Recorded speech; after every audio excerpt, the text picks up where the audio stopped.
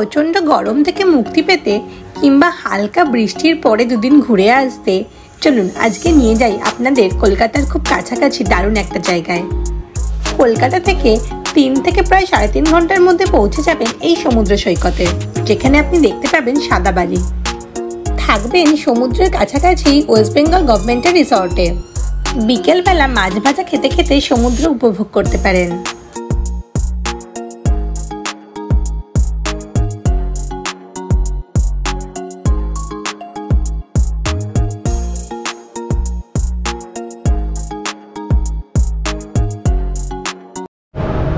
নমস্কার বন্ধুরা, আমি Sayani and welcome to my channel Shayni's box. আজকে আবার একটা উইকেন্ড আর আমি চলে এসেছি আপনাদের নিয়ে নতুন একটা উইকেন্ড ডেস্টিনেশনে।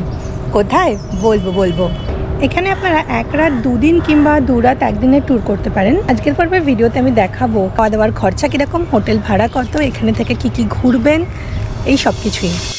আমরা কলকাতা থেকে বকখালি চলেছি গাড়িতে। বেহালা হয়ে ডায়মন্ড হারবার রোড ধরে সোজা পৌঁছে যাই বকখালি।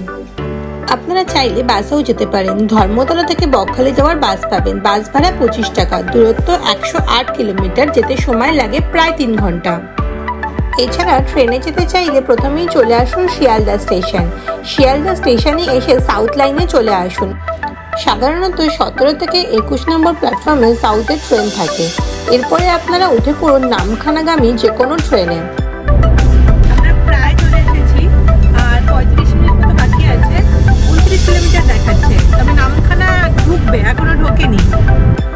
বকখালি নেমে আপনারা টোটো রিজার্ভ করে নিতে পারেন, সেক্ষেত্রে 400 টাকা নেবে, আর শেয়ার্ডে গেলে 60 টাকা পার হেড। পৌঁছে গেলাম আমরা পালুতর ওয়েস্ট বেঙ্গল ট্যুরিজমের রিসর্টে। বকখালির সমস্ত রিসর্ট বা হোটেলগুলির মধ্যেই সমুদ্র থেকে ডিস্টেন্স এই রিসর্টেরই সবচেয়ে কম। ঢুকতে একটা রিফ্রেশিং ওয়েলকাম ড্রিঙ্কস চলে আসলো হাতে। রিসেপশনে ঢোকার আগে এখানে অনেকটা সিটিং অ্যারেঞ্জমেন্টস রয়েছে নিউজ পেপার, টিভি। রিসর্ট থেকে সমুদ্র হেঁটে 1 মিনিট। এখান থেকেই বসে বিচ মার্কেট।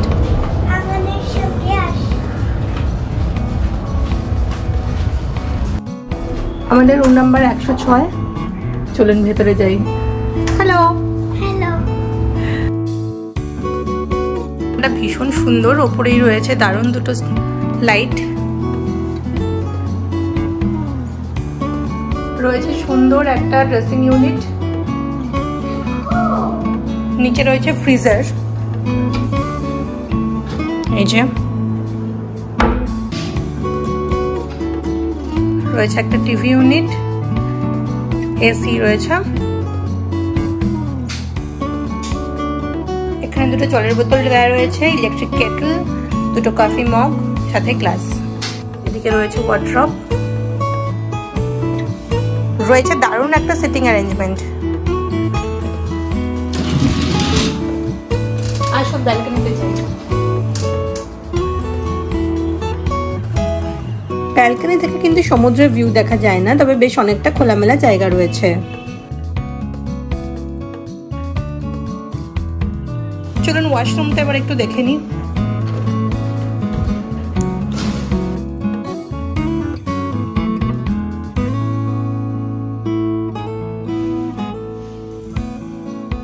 ওয়াশরুম বেশ পরিষ্কার পরিচ্ছন্ন।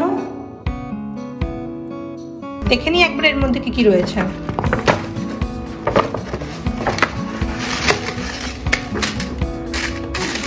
ব্রাশ,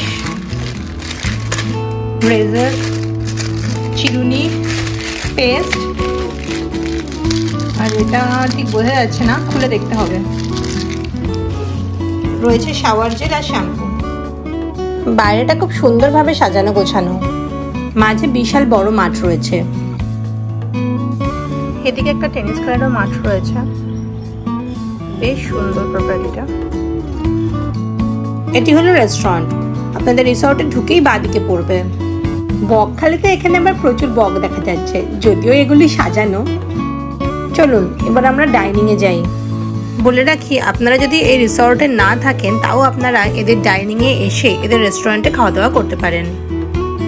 আমরা নিয়েছিলাম একটা চিকেন থালি, একটা ফিশ থালি আর সাথে ভাজা মাছ এক্সট্রা। থালিতে ছিল ভাত, স্যালাড, এক রকমের সবজি, ডাল, আলু ভাজা বা বেগুন ভাজা, আলু সেদ্ধ, চাটনি, পাঁপড়, মিষ্টি আর সাথে মাছ বা মাংস। এই জায়গাটা খুব সুন্দর, দেখুন দেখে মনে হচ্ছে টপটা উল্টে পড়ে গেছে, সেইভাবেই তৈরি পুরোটা।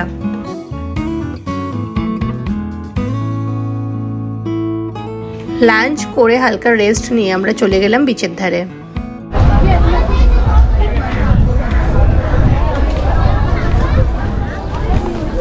ডাবের জল খাওয়া পেট ভর্তি লাগে না। ডাব কত করে? 40, 50, 60, 80। 40 টাকা দিয়ে দিন একটা ওর জন্য।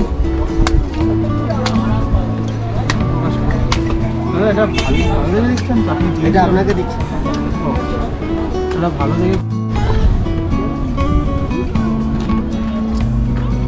প্রচুর দোকানপাট বসেছে এখানে। এখন জলটা বেশ অনেকটাই পিছনে চলে গেছে। শুনলাম 12টা নাগাদ সামনে ছিল, আমাদের আস্তে আস্তে একটু লেট হয়ে গেল। এখন এখানে জল দেখা যাচ্ছে অনেকটাই জমে আছে। এগোচ্ছি আমরা। ছাতা রয়েছে, ছাতা নিচে বসা যাবে। এখানে আবার ঘোড়ায়ও চড়তে পারে বাচ্চারা।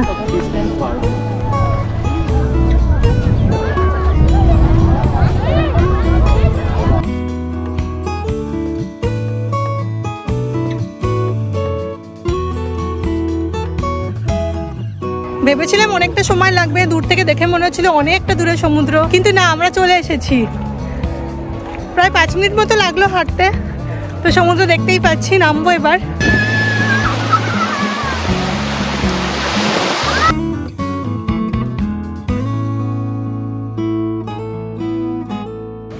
চলে আসলাম সমুদ্রতে।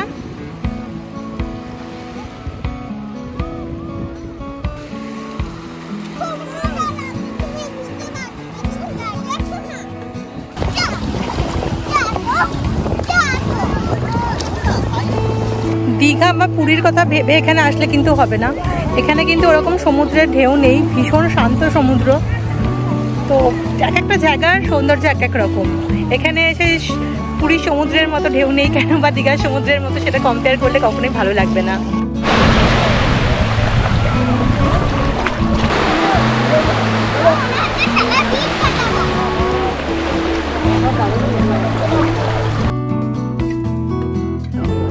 এখানে সাদা কাঁকড়া প্রচুর দেখা যাচ্ছে, তবে বেশ কয়েকটা বড় বড় লাল কাঁকড়াও দেখলাম।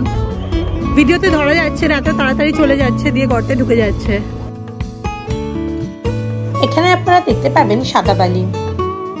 পিছনে ঝাউয়ের জঙ্গল, সামনে সমুদ্র আর মাঝে সাদা বালি। ওই যে দেখছেন ওটা টাওয়ার, ওর ওপর থেকে উঠে ভিউ দেখা যায়। এছাড়াও অনেক ছোটখাটো বসার জায়গা রয়েছে। আমি এখন রয়েছি পশ্চিমবঙ্গের একমাত্র সাদা বালির বিচে। আমার পিছনে দেখতেই পাচ্ছেন সাদা বালি।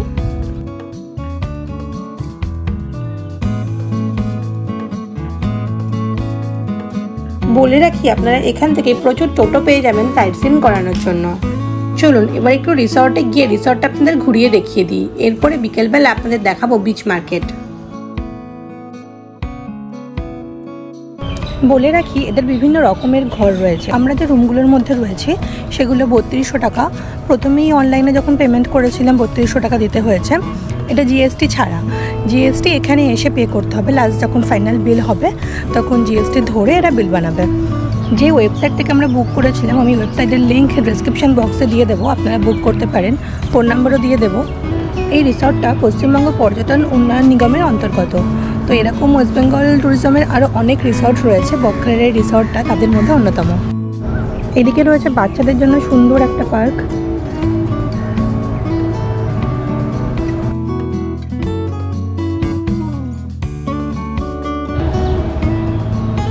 এইদিকে বেশ কিছু রুম রয়েছে, আমরা ওই সাইডেই রয়েছি, আর এই দিকেও রয়েছে। প্রচুর রুম রয়েছে এখানে। এই জায়গাটা কিন্তু বেশ সুন্দর, মাধবীলতার গন্ধ একেবারে চারিদিক মোমো করছে। আর ভেতরে এরকম সিটিং অ্যারেঞ্জমেন্ট রয়েছে। আচ্ছা, এখানে যে ব্যানারটা দেখা যাচ্ছে লোকপ্রসাদ প্রকল্পের শিল্পীদের অনুষ্ঠানের, তো এখানে আগে প্রত্যেক শনিবার করে শীতকালে অনুষ্ঠান হতো। শিল্পীরা আসতেন, গান গাইতেন, কিন্তু এখন গরমের জন্য সেটা আর হয় না। শীতকালেই অনুষ্ঠানটা চলে, কিন্তু ব্যানারটা যাই হোক ওনারা খোলেননি। চলুন এবার আপনাদের ঘুরিয়ে দেখিয়ে দিই বকখালিতে এসে আপনারা কি কি সাইট সিন করবেন।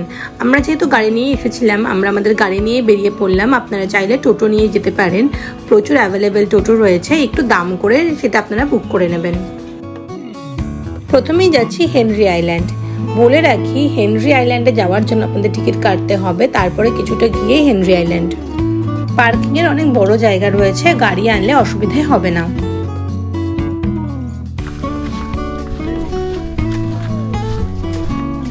রাস্তাটা কিন্তু ভীষণ সুন্দর, দুই দিকে ঘন বন আর মাঝখান দিয়ে কংক্রিটের রাস্তা।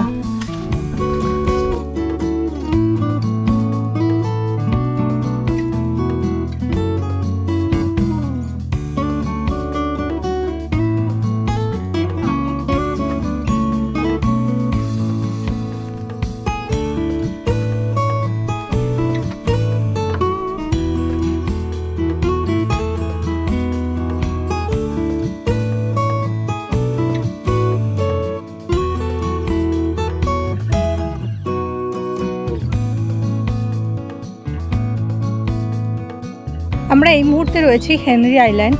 হেনরি আইল্যান্ডে আসার জন্য কিন্তু আমাদের টিকিট কাটতে হলো। আমরা দুজন ছিলাম অ্যাডাল্ট আর মিঠাই ছিল বাচ্চা, তো ওর টিকিট লাগলো না, দুজনের আমাদের 40 টাকা করে লাগলো, পার হেড 20 টাকা করে। তো টিকিট কেটে তারপরে 5 মিনিট মতো আমাদের আসতে হলো, গেটটা একটু দূরে। তো এসে গাড়িতেই আসলাম, আসার পরে যেখানে পার্কিং থেকে আবার এই 4-5 মিনিট হেঁটে তারপরে বিচের ধারে আসলাম। বিচটা কিন্তু খুব সুন্দর। হেনরি আইল্যান্ডে কিন্তু অবশ্যই আসবেন, এখানে সাদা বালি। সি বিচটা কিন্তু বেশ সুন্দর। হেনরি আইল্যান্ডের সমুদ্রের দারুণ আওয়াজ শোনা যাচ্ছে, ঢেউয়ের একদম কোলাহলবিহীন। এদিকে ঝাউ গাছ। যেহেতু জোয়ারের সময় আমরা এসেছি, সমুদ্রে কিন্তু তুলনামূলকভাবে ঢেউটা ভালোই রয়েছে।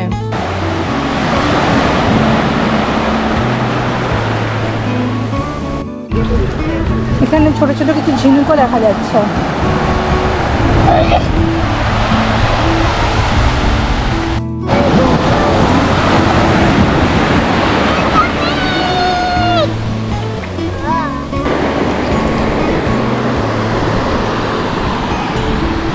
সমুদ্রে এসে একটু ঝিনুক কুড়াবো না তাতেই হয়।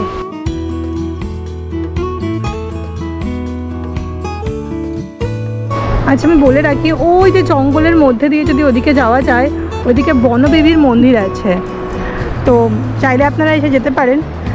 যেহেতু আমাদের হাতে সময়ও কম আর ফিরতেও হবে, ওই জন্য আমরা এবার আর যাচ্ছি না।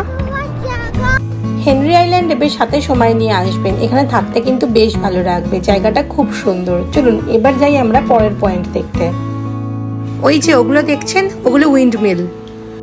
এখন আমরা যাচ্ছি সমুদ্রের তীরে ফ্রেজার সাহেবের বাড়ি। এই হলো সেই বাড়ি,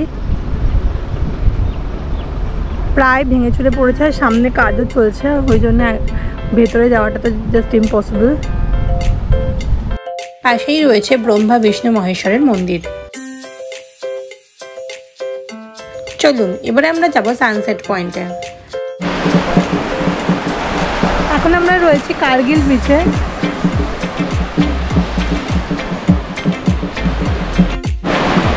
এই কার্গিল বিচ কিন্তু সানসেট পয়েন্টের জন্য বিখ্যাত, সবাই আসে এখানে সানসেট দেখতে। চলুন এবারে আপনাদের ঘুরিয়ে দেখাবো রাতের বিচ মার্কেট। বকখালি সমুদ্র সৈকত রাতে কেমন থাকে। আমাদের হোটেলের সামনে থেকে মোটামুটি দোকানপাট বসা শুরু হয়।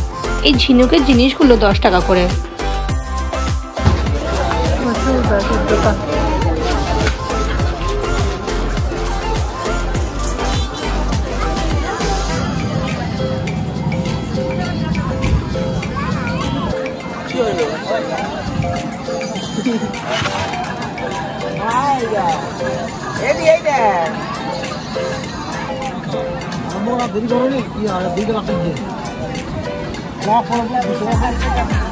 সমুদ্রের ধারে এরকম প্রচুর মাছের দোকান রয়েছে, আপনারা বললে ওরা ভেজে আপনাদের সঙ্গে সঙ্গে দিয়ে দেবে।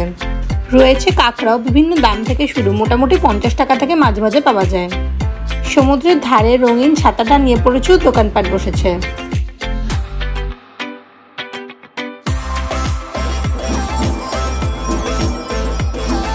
ডিনারটা আমরা রিসর্টে ফিরেই করলাম, তবে বাইরেও বেশ কিছু দোকানপাট রয়েছে খাবারের জন্য।